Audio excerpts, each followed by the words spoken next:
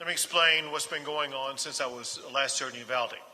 I went back to Austin, Texas, and I met with every state agency that could help in any way the people of the community of Uvalde. That obviously includes the families of the victims, the friends of the victims, the victims including anybody who was in that school who made it out alive, but also benefits that would aid anybody who lives in Uvalde. The entire community has been affected by this horrific crime. And through these state agencies that you will be hearing more about here shortly, you will see that we have, as a state, tremendous benefits that can aid those who are suffering and those who will continue to suffer, sometimes for many years. One thing I must emphasize, and that is we are going through short-term challenges right now. The reality is many of the challenges will be long-term challenges. Texas stands with Uvalde for the long term in helping every single person in this community be able to piece their lives back together, to heal as much as they possibly can. We will be here as long as it takes. Among other things, I know that there have already been some offerings to ensure that cost of funerals will be taken care of. During the course of the meeting, there was an anonymous donor who attended the meeting and provided $175,000 to ensure that every cost of every family concerning anything about the funeral services is going to be taken care of. We appreciate that anonymous donor for his generosity, and we will ensure that those resources get into the right hands to make sure that no family who is suffering from incalculable heartbreak at this time will have to worry about a single cost with regard to anything concerning this travesty. Now, in addition to that, there are all kinds of needs as well as all kinds of services. One of the needs is need for mental health care. And we have an abundance of mental health care services that we are going to be able to provide. That includes state and private providers that will be providing mental health assistance to anyone in the community who needs it. And when I say anyone, that means the totality of anybody who lives in this community. We believe that you would benefit from mental health care services. Those mental health care services are free. We just want you to ask for them. The way that you can ask for them, whether it be today, tomorrow, next month, or next year, is this number: 888-690-0799. Mental health care can be reached by calling 888-690-0799. That helpline will be answered 24 hours a day, 7 days a week, whenever you need it. In addition to that, I am announcing the establishment of the One Star Foundation Fund to assist with ongoing challenges that would be faced by the victims of this crime. To put this into perspective, to help you understand how this works, we opened up a fund like this in the aftermath of Hurricane Harvey to assist all of the thousands of victims of Hurricane Harvey and received millions of dollars in support that went to those who faced challenges because of Hurricane Harvey. The exact same thing applies here. Right here is the address. It's onestarfoundation.org.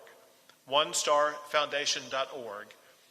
To be more precise, if you go to onestarfoundation.org/Uvalde, you make a contribution at that site that is already a pre-registered 501c3 organization, provide a donation to that site.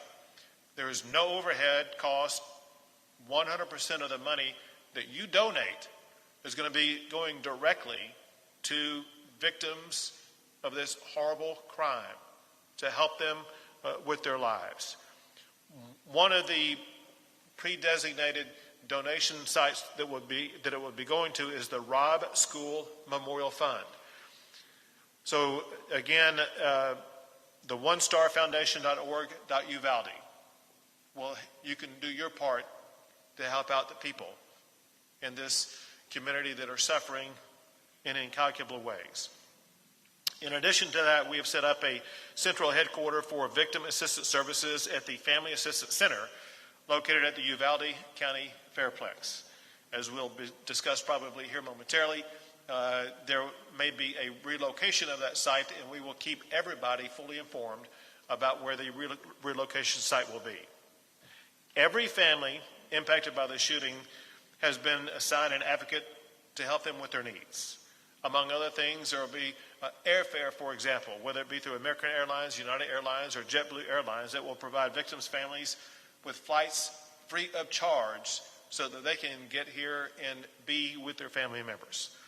The Family Assistance Center will cover the travel and lodging costs of families who have lost loved ones. Healthcare costs of families impacted by this tragedy will also be covered by Texas insurance companies and donations from private citizens.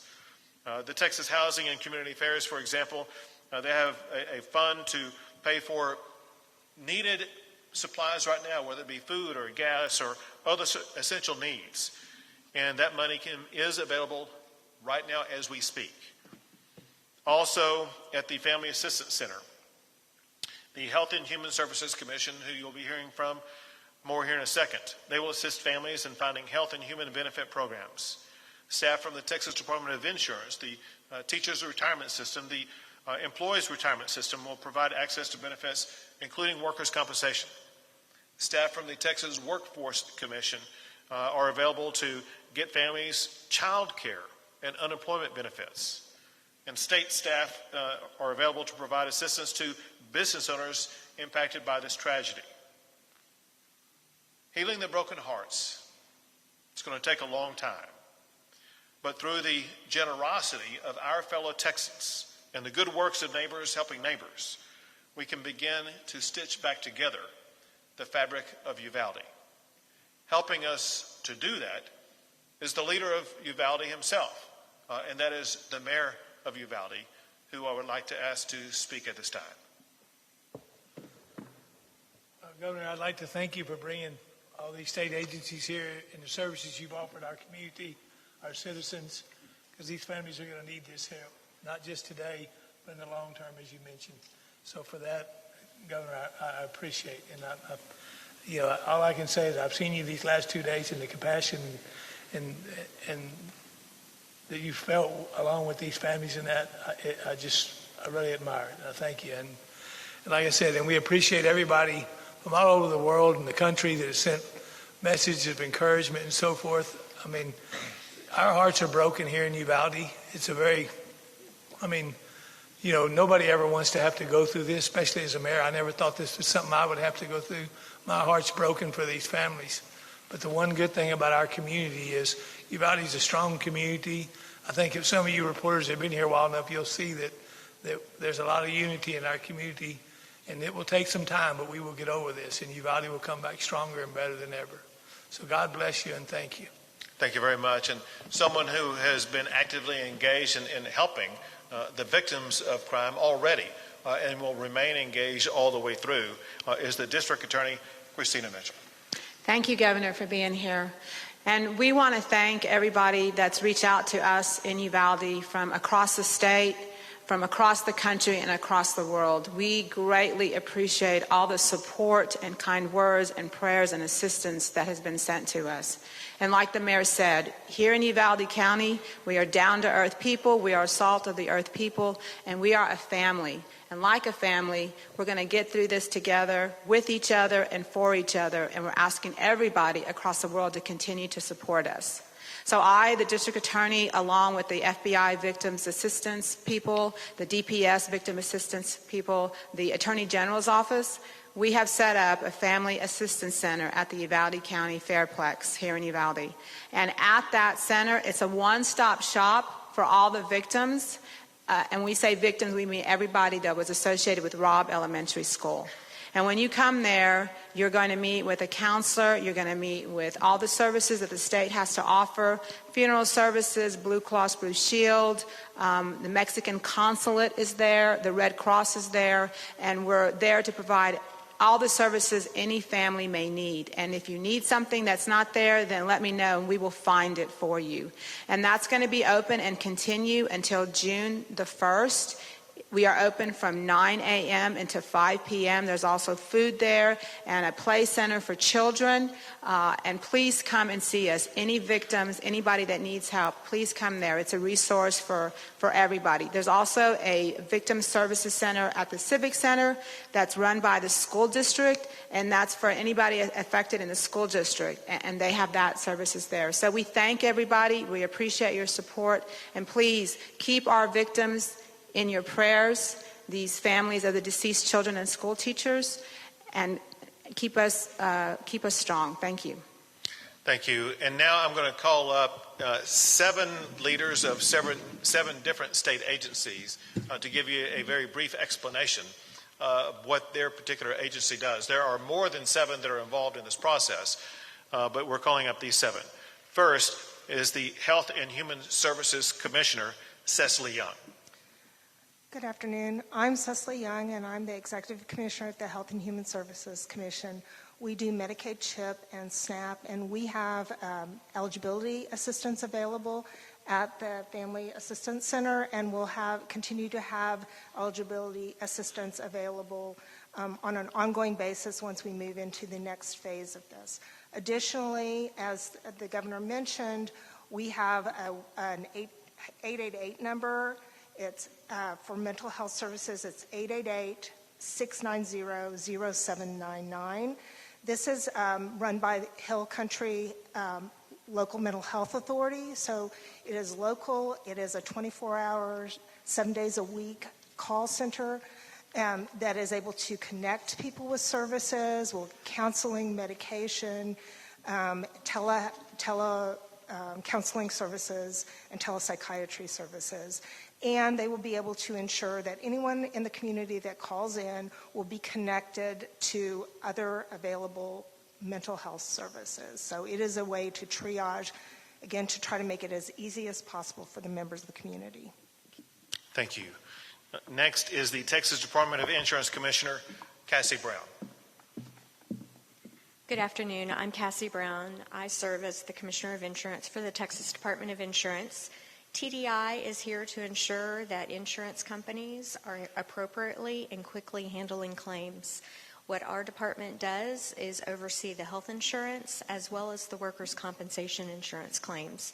So if you are going to, if you're a private sector employee, if you're a public sector employee, those employed by the school district or those first responders, they're going to have workers' compensation coverage.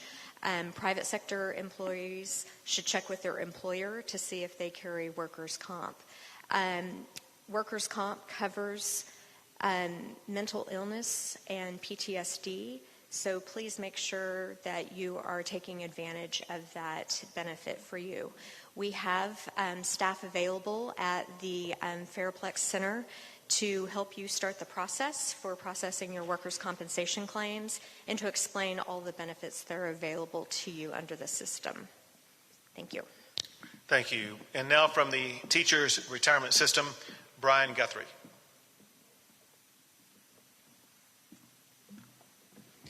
Thank you. Good afternoon. My name is Brian Guthrie. I'm the Executive Director of the Teacher Retirement System of Texas. We are here today to not only help the families of the 2 teachers who tragically lost their lives and provide them the benefits that they are due, but also to help all the employees of not only this school district, but all the surrounding school districts to make sure that they have access to mental health and behavioral health services. We also recognize that not all the employees of these districts are members of our system and are for our health care program, but we want to thank our partners, Blue Cross Blue Shield and Teladoc, for extending those benefits to everyone who's employed in this district or any of the surrounding districts. Thank you. Thank you. And now for the Texas Employees Retirement System, Porter Wilson.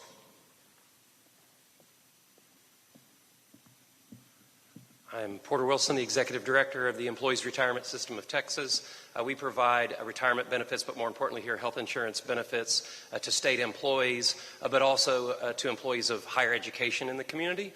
So the local community college employees will get health insurance from Health Select of Texas, which is provided by Blue Cross Blue Shield of Texas. And we've activated a 24-hour crisis hotline to help connect medical and mental health services. And we have that information available on the flyer. Thank you. And now from the Texas Workforce Commission, Ed Cerna.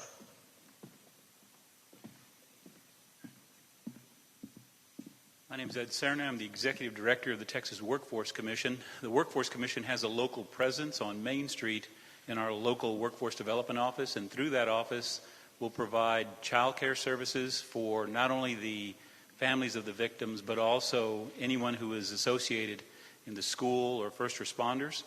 We'll also look to protect any TANF or SNAP benefits that an individual is receiving, so that they don't lose those benefits because they're unable to work or to continue their training. We'll also assist with anyone needing priority concerning unemployment insurance or businesses that need assistance during this time. We're available locally, so please, and we're also out at the Assistance Center as well. Thank you, Governor. Thank you. And now the head of the TDHCA.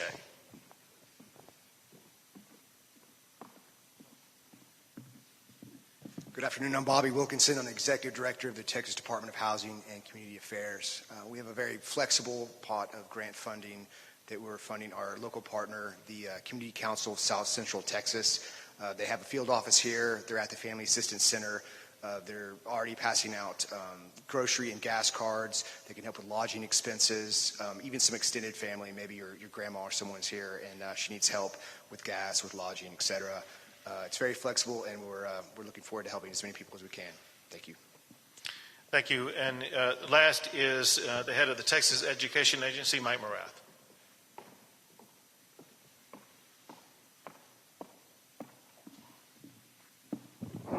Thank you. TEA has been working in close coordination with the school system. I want to say thank you publicly to Hal Harrell for your leadership and for the work that all of our educators have done. The agency provides support directly in the form of grant funds. We have offered supplemental counseling services. Those counseling services have been provided really around the clock and since this began, and will continue to provide support as the school district prepares its responses for both summer and this fall. Thank you. So once again, whether it be the services you heard about, or there are many more that we talked about earlier, providing briefing to local officials, the state of Texas has robust resources to ensure that these families who have been devastated by this horrific crime, as well as the entire community, we will be able to help them with any and all of their needs. I cannot overemphasize enough that everybody, students, teachers, law enforcement, everybody in this community, please avail yourself of absolutely free mental health care. It'll pay off in the long run. With that, I'll be happy to take a few questions.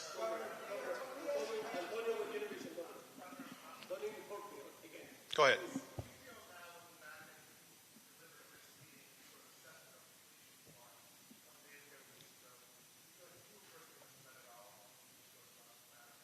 Sure. So,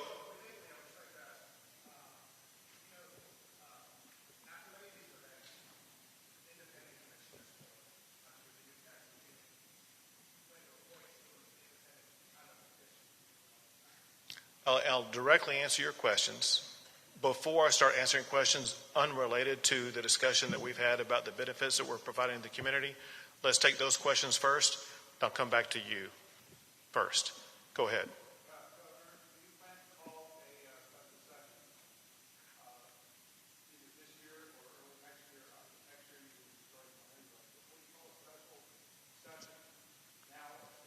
I'll put you second in the queue. Let me make clear, maybe I wasn't clear. Before I start taking questions unrelated to the benefits that we're providing to the community, we have an obligation as a state to communicate to the people of this community the benefits that are available to them.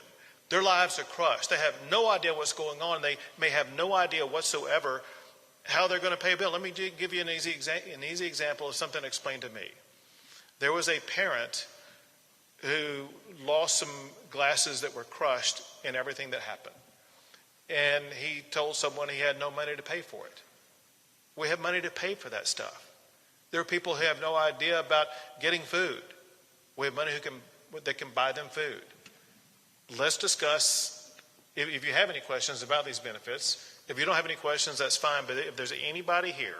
Governor, with all due respect, for 3 days this community has heard a version of the story based in large part on what you told them on Wednesday afternoon that these officers had acted with amazing courage.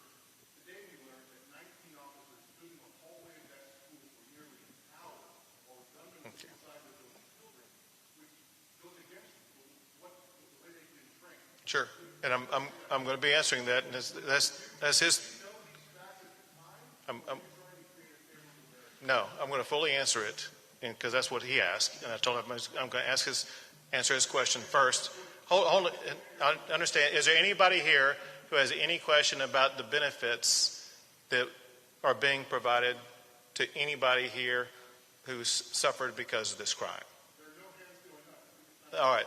So let me answer your question. So your question.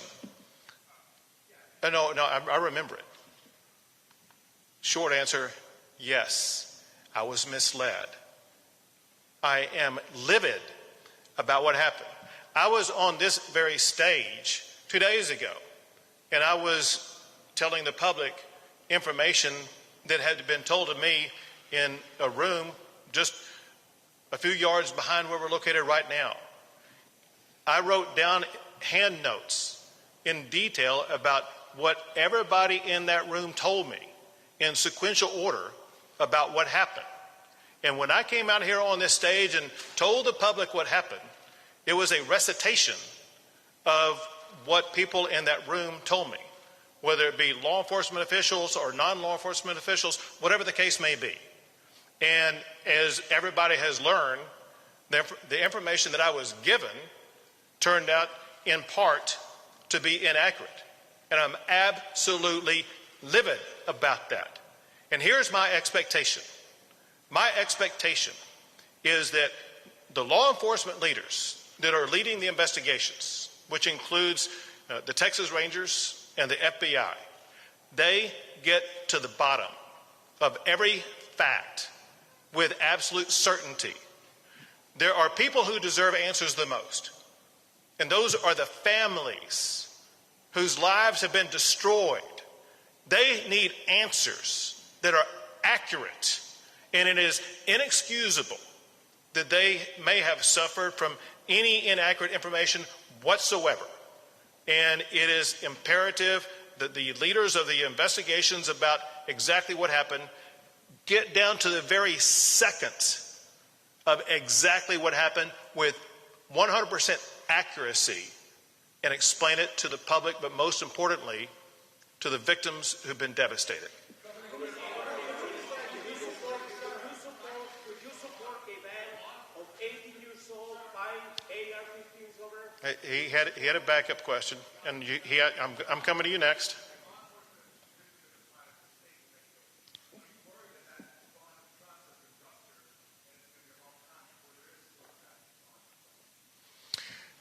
My expectation is that as we speak and every minute going forward, law enforcement is going to earn the trust of the public by doing exactly what they're supposed to do from this point on, and that is making sure that they thoroughly, exhaustively investigate exactly what happened and explain to you and the public and the victims of the crime exactly what happened. I told this guy I was coming to him next.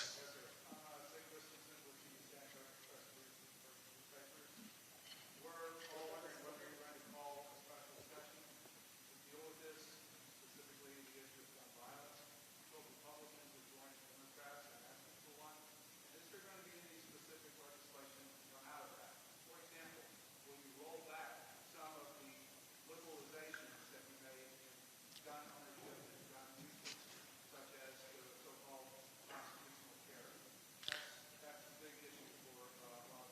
Sure. I feel like that man has never had a gun control. Well, let me answer your second question first, and then I'll answer your first question. So in your second question, you talked about the rollback of any of the legislation that I signed this past session. Let's be clear about one thing. None of the laws that I signed this past session had any intersection with this crime at all. No law that I signed allowed him to get a gun, the gun that he did get. And so, again, there was nothing about the laws from this past session that has any relevancy to the crime that occurred here. With regard to special session, let me just say this, and that is, first of all options are on the table. Second, most importantly, to your point, do we expect laws to come out of this devastating crime? The answer is absolutely yes. And there will be laws in multiple different subject areas. For example, I do fully expect to have every law that we pass in the aftermath of the Santa Fe shooting to be completely revisited. And first, we need to gain the information about exactly what happened at the school to find out the extent to which those laws were complied with, to the extent that they were not complied with, to find out what shortcomings allowed this travesty to occur. Then second, we need to have a discussion and pass laws to make sure that our schools are safer. And the people of Uvalde, but the people of Texas deserve that. Second, as I was discussing 2 days ago, you can expect robust discussion, and my hope is laws passed that I will sign addressing health care in this state. There is an array of health care issues that we face as a state in general, but there are an array of health care issues that relate to those who commit gun crimes in particular. Those need to be addressed, whether it be the health care issues that I talked publicly here with the mayor about 2 days ago, and that would affect the community in general, or whether it be laws that address the challenges that are now surfacing that this killer had in his life that lead to someone doing what he did. And then there will be all other kinds of issues. But there will be committees formed. There will be meetings held. There will be proposals that will be derived, many of which will lead to laws that will be passed in the state of Texas. Because let me make one thing perfectly clear. The status quo is unacceptable. This crime is unacceptable. We're not going to be here and talking about it and do nothing about it. We will be looking for the best laws that we can get passed to make our communities and schools safer. Go ahead.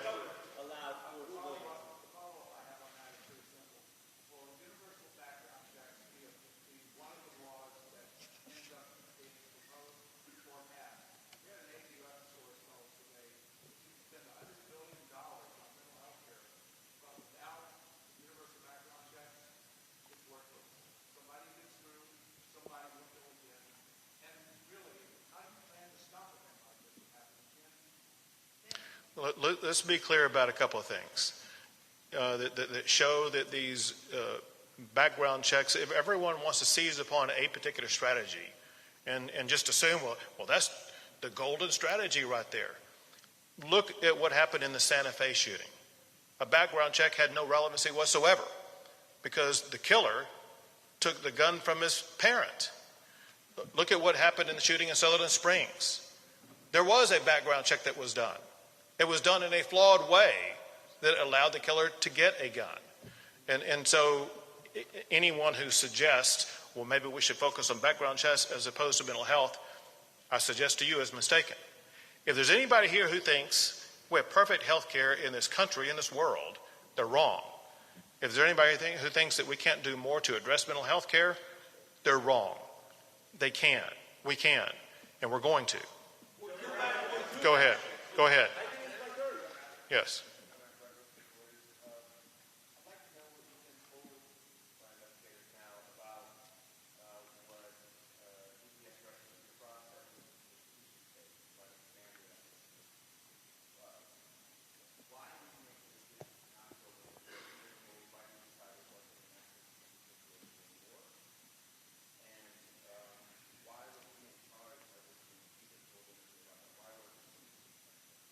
What I've been told about that is several things. One is that this is an ongoing investigation and that there have been obviously new facts and information surfaced, revealed as a result of that investigation that are different today than they were 2 days ago. Second, there will be ongoing investigations that detail exactly who knew what when, who was in charge of what strategy, why was that particular strategy employed, why were other strategies not employed. Bottom line would be, why did they not choose the strategy that would have been best to get in there and to eliminate the killer and to rescue the children? I can't hear you. I can't hear you. You consider a banning of Go ahead. 18 years old buying AR-15. Governor, please, would you consider? Yes, this is me, Antonio, Univision. Thank you. Antonio, how you doing, man? I'm doing great. Good. Just listen, in a very respectful way, Governor, would you consider, this is a kid, 18 years old, would you consider at least a ban on 18 years old being able to buy an AR-15? That's all I'm asking. So, it's my understanding that ever since Texas has been a state, an 18-year-old has had the ability to buy a long gun, a rifle. Right. And since that time, it seems like it's only been in the past decade or two that we've had school shootings. So for a century and a half, 18-year-olds could buy rifles. And we didn't have school shootings, but we do now. Maybe we're focusing our attention on the wrong thing, and we're focusing it on. I'm not doing a political. My colleagues are asking for a special session. You're getting a letter tomorrow. In the caucus, the Senate Democratic caucus. We've asked for gun control pages. I'm asking you now to bring this back in 3 weeks. I apologize for interrupting the press conference about the needs of this community. I've been here for 3 days. With all of these elected officials, this county judge has worked his ass off. The mayors and city council people. I don't know how to express the loss of the families that I've talked to. And I know you feel too. You have to do something, man.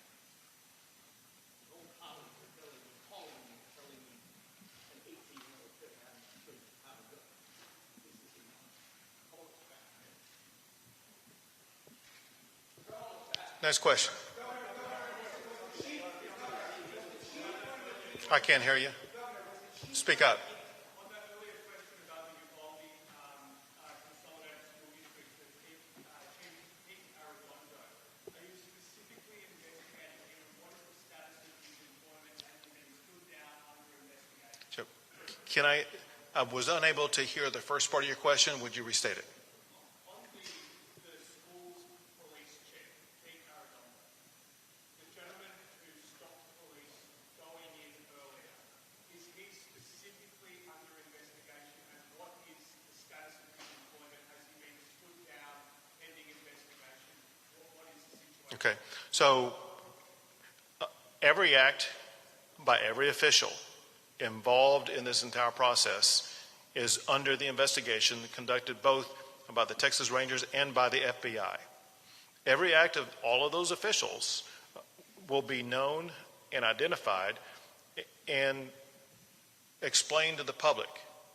But I cannot overemphasize enough, we need to get that information to the families of all these victims who deserve to know the most. As far as his employment status is concerned, that's something that is beyond my control and I have no knowledge about. Go for it. Sure.